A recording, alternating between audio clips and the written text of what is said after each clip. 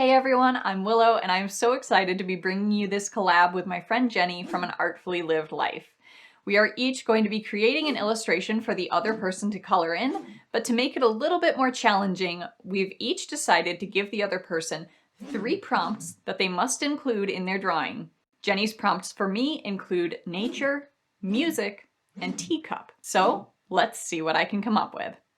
Today I'm going to be creating an illustration based off of those 3 prompts, as well as coloring in a drawing that Jenny's made for me using the prompts that I gave her.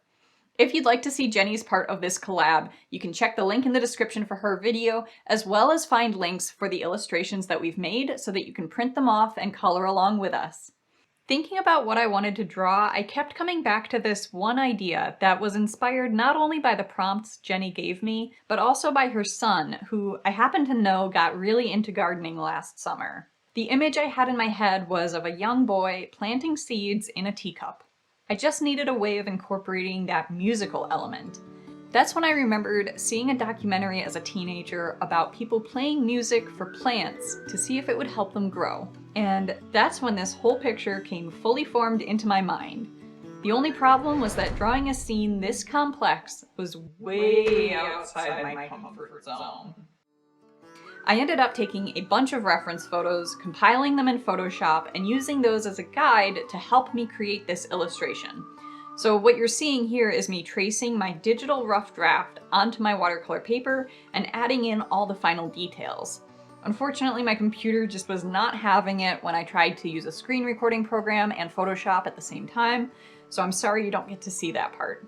But having those basic references for the bed, the desk, and even a photo of my roommate sitting on the floor playing guitar made it possible for me to get the perspective and proportions right, and allowed me to focus more on the details of the scene and less on the overall composition. Now that I have my illustration traced onto some watercolor paper, all that's left to do is ink it using some Pigma Micron pens. Thinking back on my own childhood bedroom, I tried to add as many objects as I could that would help to tell this story. Posters and photos on the wall, a cat curled up on the bed, a lava lamp, one of those little wooden drawing mannequins doing a dab, and of course, as many plants as I could possibly fit in, along with all of the chaos that you would expect from a kid with a passion for indoor gardening. Like a watering can, potting soil, and some dirt strewn across the floor. There's heart-shaped ivy, lucky bamboo in the window, and an orchid since I had such a good reference for one already. Seeing all these little details come together in time-lapse is super satisfying. I just hope that Jenny can forgive me for filling every single inch of this page. She is going to have her work cut out for her when it comes to coloring in all the details, but I can't wait to see what she does with it.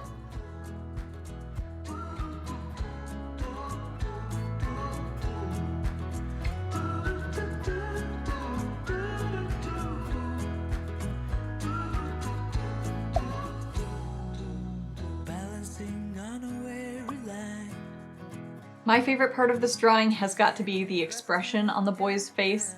It took me a while to get it right, and now it looks like he's playing a sweet tune, maybe singing softly, and it just looks like he's putting his whole heart into taking care of these plants.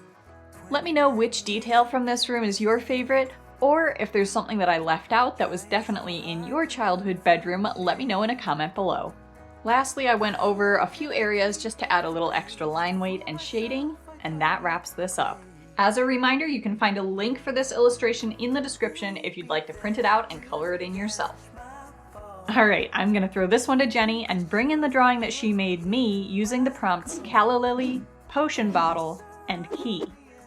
Those felt like some challenging elements to bring together in a way that makes sense, but when I saw Jenny's artwork, it immediately struck inspiration in me. I knew that it had to contain some magical elements, so before we jump into coloring, I have a little surprise up my sleeve. What's this surprise, you ask? Let's just say that when I bought an ink called Standard Apricot, I didn't expect it to do this when it touches water.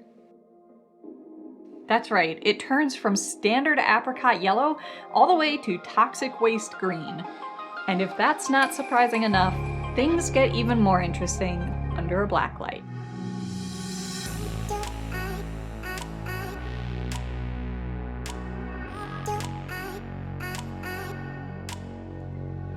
It's crazy to me that this ink is so UV reactive when it's mixed with water, and yet I couldn't find anyone talking about it online.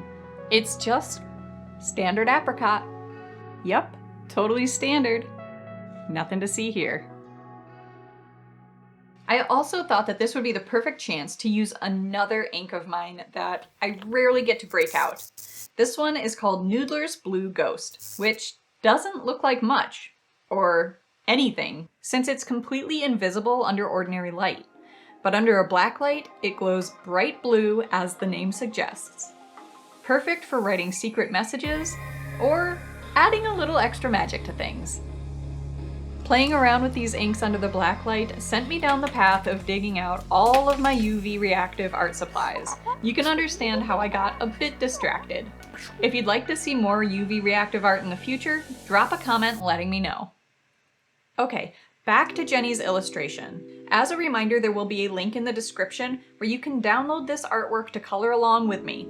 You can also find the link to Jenny's part of our collab in the description, and there will be a link at the end of this video so you don't miss it. The first step was to add that little dose of magic using Noodler's Blue Ghost. This is a waterproof ink, so once it was fully dry, I went ahead and filled in the window area with a mixture of blue and Payne's Gray watercolor. And can we all take a moment to appreciate how thoughtful Jenny was to leave a border for me to tape down the paper? Yeah, I didn't think about that when I did her drawing. Sorry, Jenny. For the potion and also the tip of the calla lily, I used a mixture of Holbein gouache in Opera Pink, which is also UV reactive, and a little bit of the same blue watercolor to adjust the shade towards purple where I wanted it. I spent a lot of time debating the colors to use and trying to picture just what the UV reactive elements might look like once the whole thing was colored in. But once I realized I was just procrastinating out of fear of messing it up, I knew that the only answer was to jump right in. The Arches watercolor paper that Jenny used for this drawing made it an absolute joy to paint on, especially when it came to adding texture to the cat's fur and building up layers later on. Originally, I considered making this a black cat since the witchy vibes would fit right in, but I worried that that would be a bit of a cop-out to just fill such a large area with black, and in the end, I'm glad that I chose to go with the orange and white markings. Fortunately, this orange is exactly what this piece needed to bring some contrast and pop against those purples and blues. I knew that I wanted the cat's eye to be the brightest part of this illustration under blacklight, so I used a mixture of the watered down apricot ink and a little bit of this neon green highlighter that I found to add the glow. I also used that same green highlighter to add a sprinkling of magic to the calla lily, because from my experience, you can't make a magical potion using non-magical ingredients. And if you're wondering what makes me qualified to speak on such things, well, when I was a kid, I fancied myself to be a potion maker, and I once tried making a potion from milk and lemon juice. So let's just say I have some first-hand experience with some very non-magical potions.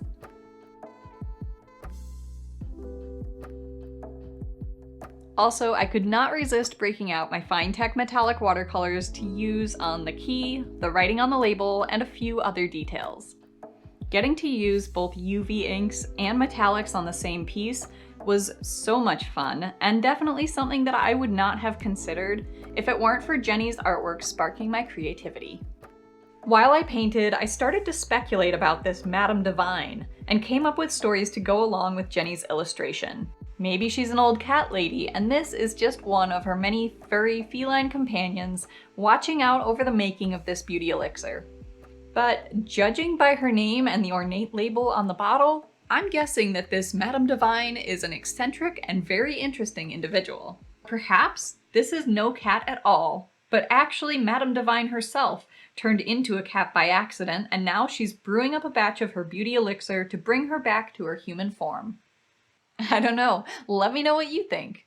For the background of this drawing, I really wanted to take advantage of the open space to bring in some kind of patterned wallpaper. I wanted it to look super classic and elegant, and after looking at a bunch of examples online, I did my best to create this florally, paisley sort of pattern around the window frame.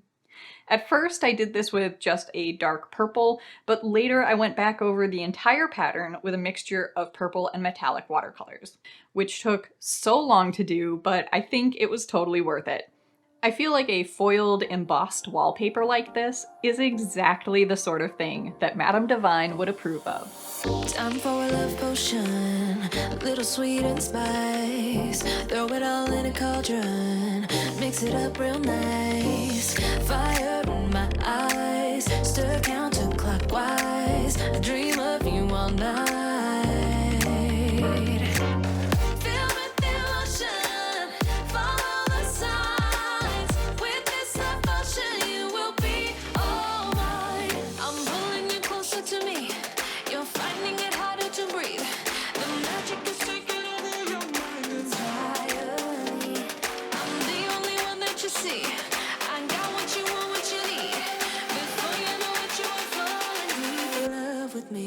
Finally, I finished off the UV elements with a little bit of this orange Prismacolor Verithin pencil for some added dimension to the eye and the texture of the cat's fur. And after touching up the line art in a few places where the gold covered it up and adding in all the finishing touches, it's time to see the final results. Seeing this piece all colored in makes my heart so happy, in part because I'm happy with how it turned out, but also because I know that it's something that Jenny and I created together, and it's something that wouldn't even exist if it weren't for our combined creativity and artistic skill. I have to give her credit for setting me up for success when it came to painting. As Jenny knows, I ran into a ton of crazy technical issues that tried to get in the way of me filming and editing this video. But here we are, we've made it to the finish line, and I could not be happier with the results or more excited to see Jenny's part of our collab. If you've enjoyed this video, be sure to hit that like button and stay tuned to click through to Jenny's video. But first, the moment that we've all been waiting for, seeing it all under the blacklight.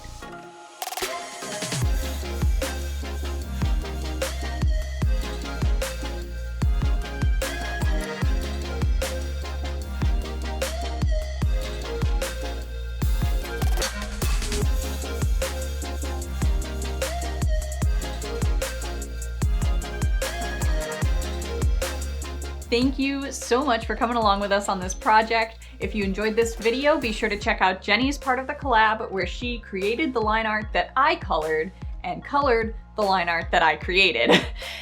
It's a bit of a tongue twister, but it's a lot of fun and I hope to see you there. Bye.